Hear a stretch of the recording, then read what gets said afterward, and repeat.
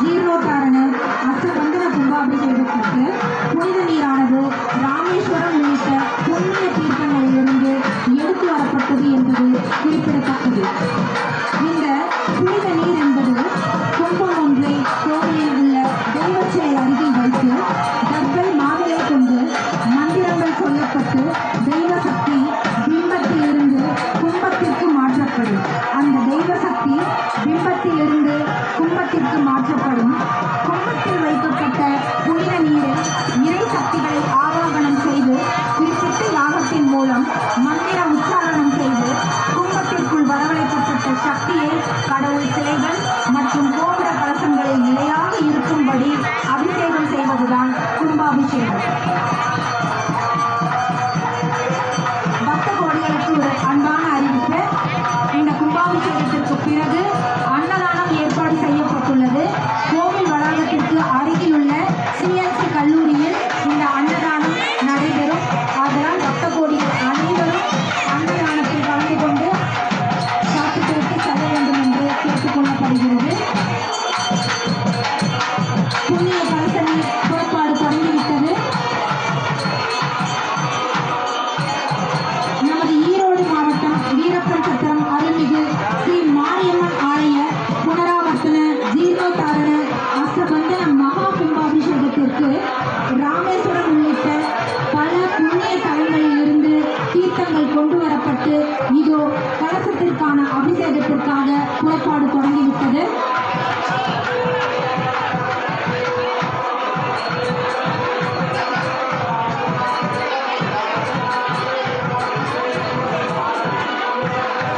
இந்த கலச நீரில் பல புண்ணிய தீர்த்தங்களிலிருந்து எடுத்து வரப்பட்ட இந்த கலச நீரானது மூல விக்கிரகத்தில் உள்ள சக்தியை இந்த கலச நீருக்கு முதலில் வரவழைத்து மூலவர் ஆற்றல் பிம்பத்திலிருந்து கும்பத்திற்கு வந்துவிடும். இதை அடுத்து திருப்பணிகள் நடைபெறும். இதற்கிடையே கும்பத்தில் உள்ள சக்தியை பாலாலயம் செய்து பூஜைகள் செய்து வருவார்கள். இந்த யாக பூஜைக்கு பிறகுதான் இந்த கும்பத்தில் உள்ள நீருக்கு இறை சக்தி முழுமையாக கிடைக்கும். அந்த கும்பத்தின் நீரை கொண்டுதான் அங்குள்ள இறை சக்தியை கோவில் கலசத்திலும் சிலைகளிலும் பரிபூர்ணமாக நிலைபெற செய்ய இந்த கும்பாபிஷேகம் என்னும் திருக்குட நன்னீராட்டு பெருவிழாவானது நடைபெற உள்ளது. இதோ இந்த புண்ணிய கலச நீரானது மகா கும்பாபிஷேகத்தின் பொருட்டு கோபுர கலசங்களுக்கு வேத விற்பனர்கள் சூழ அருட்சான்றோர்கள் சூழ எடுத்து செல்லப்பட்டு கொண்டிருக்கிறது. பக்த கோடிகள் அனைவரும் அம்மனை நினைத்து அம்மனின் அருள் பெற அன்போடு கேட்டுக்கொள்ளப்படுகிறார்கள். முதலாவதாக நடைபெறும் பூர்ண கும்பாபிஷேகம் என்பது அந்த விநாயகர் ஆலயத்தில் நடைபெறும். அதன் பிறகான கும்பாபிஷேகம் ஸ்ரீ மகா மாரியம்மன் கோவில் கலையத்திற்கு நடைபெறும். மூன்றாவதாக ராஜகோபுர கலசத்திற்கு கும்பாபிஷேகம் நடைபெறும். பக்த கோடிகள் அனைவரும்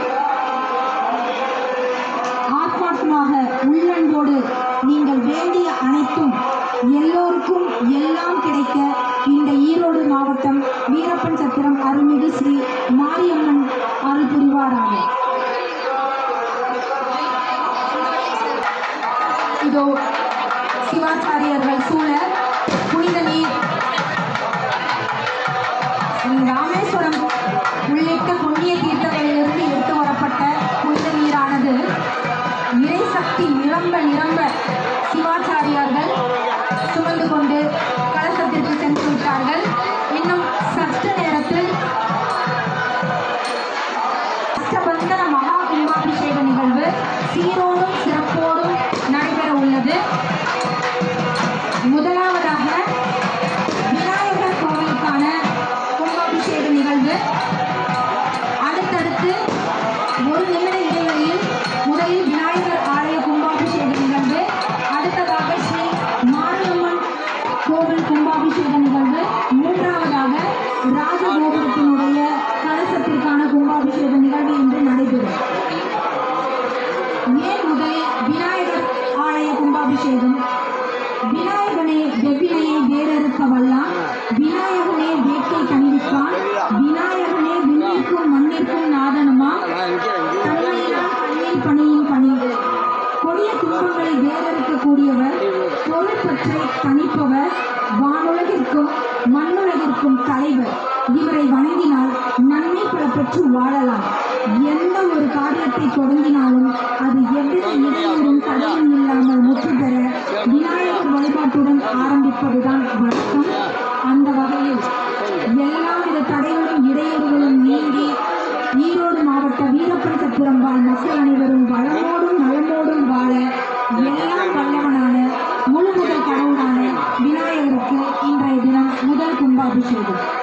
சுக்லாம் வரதரம் விஷ்ணு சசிவர்ணம் சதுபுஜம் பிரசன்னவர்ணம் தியாயே சர்வ விக்னோப சாந்தையே.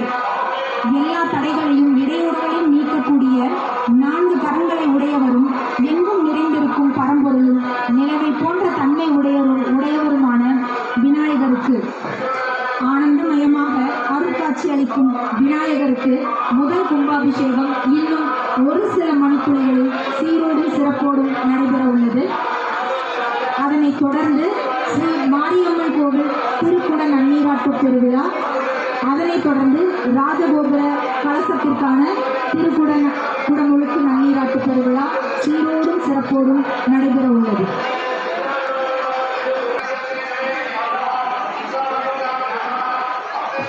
இன்றைய தினம் மாலை சாற்றப்படுகிறது. ஈரோடு மாவட்டம் வீரப்பன் சத்திரம் அருள்மிகு ஸ்ரீ மாரியம்மன் ஆலய மகா